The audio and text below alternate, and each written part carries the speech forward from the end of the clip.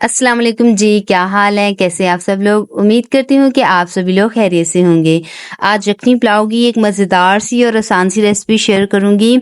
चलें जी रेसिपी को शुरू कर लेते हैं। बिस्मिल्लाहिर्रहमानिर्रहीम। सबसे पहले हमने प्याज को लंबा काट लेना है और 2 टेबलस्पून ऑयल शामिल करने हैं कढ़ाई में और उसे गोल्डन फ्राई कर लेना है। प्याज जब हल्का गोल्डन हो जाए तो हम उसमें खड़े मसाले शामिल करेंगे, जिसमें ज़ीरा, बादन का फूल, काली मिर्च, लौंग और एक तेजपात का पत्ता शामिल किया।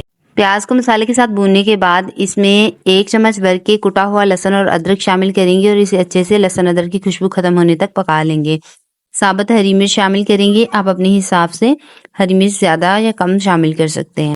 पिसे हुए मसाले में कुटी हुई लाल मिर्च, पिसी हुई लाल मिर्च, हल्दी, नमक और कुटा हुआ जीरा और गरम मसाला पाउडर शामिल करेंगे। सब मैंने 1-1 टीस्पून शामिल किया है और कुटी हुई लाल मिर्च का मैंने 1.5 स्पून शामिल किया है। मिर्च और मसाले आप अपने हिसाब से कम या ज़्यादा कर सकते हैं और नमक आपने चेक करके इसमें शामिल करना है, क्योंकि चावलों में नमक ज़्यादा जाता है एज़ कम्पेयर टू किसी भी कढ़ाई या सालन के। थोड़ा सा पानी शामिल करेंगे ताकि मसाला जो है जल ना जाए। 5 से 6 दाने आलू बुखारे के शामिल करेंगे। यहाँ पे मैंने गोश्त को 40 मिनट पहले यखनी निकालने के लिए रख दिया था, जिसमें मैंने खड़े मसाले और नमक शामिल कर दिया था। अब ये यखनी बिल्कुल तैयार है। अब इसमें गोश्त निकाल के हम इस मसाले में हम शामिल कर लेंगे और इसे अच्छे से हम भून लेंगे। 3 से 4 मिनट तक स्लो टू मीडियम फ्लेम पे इसकी भुनाई करेंगे मसाले के बाद। फिर इसमें हमने 5 से 6 कटे हुए टमाटर शामिल करेंगे। टमाटर जो है वो यखनी में बहुत अच्छे टेस्ट करते हैं, इसलिए हम यखनी पुलाव में ज़्यादा टमाटर का इस्तेमाल करते हैं। टमाटर शामिल करने के बाद आपने इसे अच्छे से एक दफ़ा मिक्स करना है। फिर ढक्कन देके इसे 3 मिनट के लिए बिल्कुल स्लो फ्लेम पे आपने इसे रख देना है, तो टमाटर जो है वो बिल्कुल ऐसे भाप से गल जाएगा।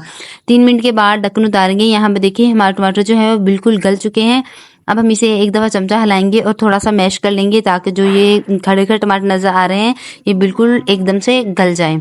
मीडियम फ्लेम पे अब इसकी 5 मिनट तक बुनाई करेंगे। अगर आपको मसाला नीचे लगता हुआ नजर आए तो आप थोड़ा सा इसमें पानी शामिल कर सकते हैं। बुनाई करने के बाद आपने इसमें चावलों के हिसाब से यखनी शामिल करनी है। ऐसा नहीं है कि आपने 1 गिलास चावलों का बनाना है तो आप 4 गिलास यखनी के शामिल करें। आपने अपने हिसाब से अगर 1 गिलास बना रहे हैं तो 2 गिलास यखनी के शामिल करने हैं। मेजरमेंट का आपने खास ख्याल रखना है। यहाँ देखिए यखनी को बिल्कुल बॉईल आ चुका है। अब इसमें हम चावल 2 के मैंने रखे हुए थे वो शामिल कर दूंगी। चावल को शामिल करने के बाद हमने एक दफ़ा थोड़ी हाई फ्लेम करनी है ताकि इसको बॉईल आ जाए। फिर उसके बाद हमने मीडियम फ्लेम पे इसे छोड़ देना है ताकि चावल जो है वो अच्छे से बन जाए। ज़्यादा चमचा नहीं हिलाना है, ज़्यादा चमचा हिलाने से जो है चावल टूट जाते हैं।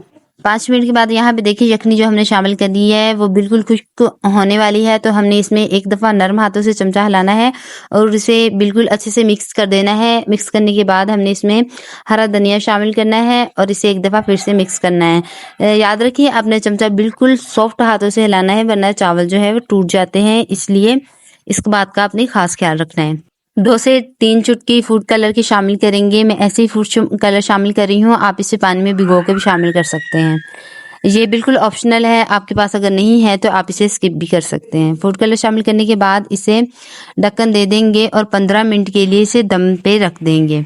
15 मिनट के बाद ढक्कन उतारेंगे तो यहाँ पे देखिए चावल हमारे जो है बिल्कुल ऊपर ऊपर आ गए हैं, खड़े हो गए हैं, तो इसका मतलब है चावल बिल्कुल बन चुका है, दम बिल्कुल आ चुका है।